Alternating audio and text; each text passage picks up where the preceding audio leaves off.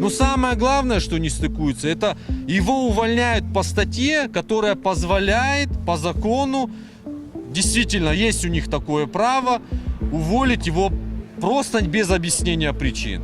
Везде говорят, что он виноват, он, значит, плохо контроль вел.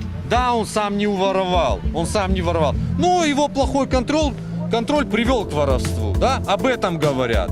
Да, и мы понимаем, что за это как бы его наказывают, но за это его наказали выговором. А увольнять не имеют права это за это.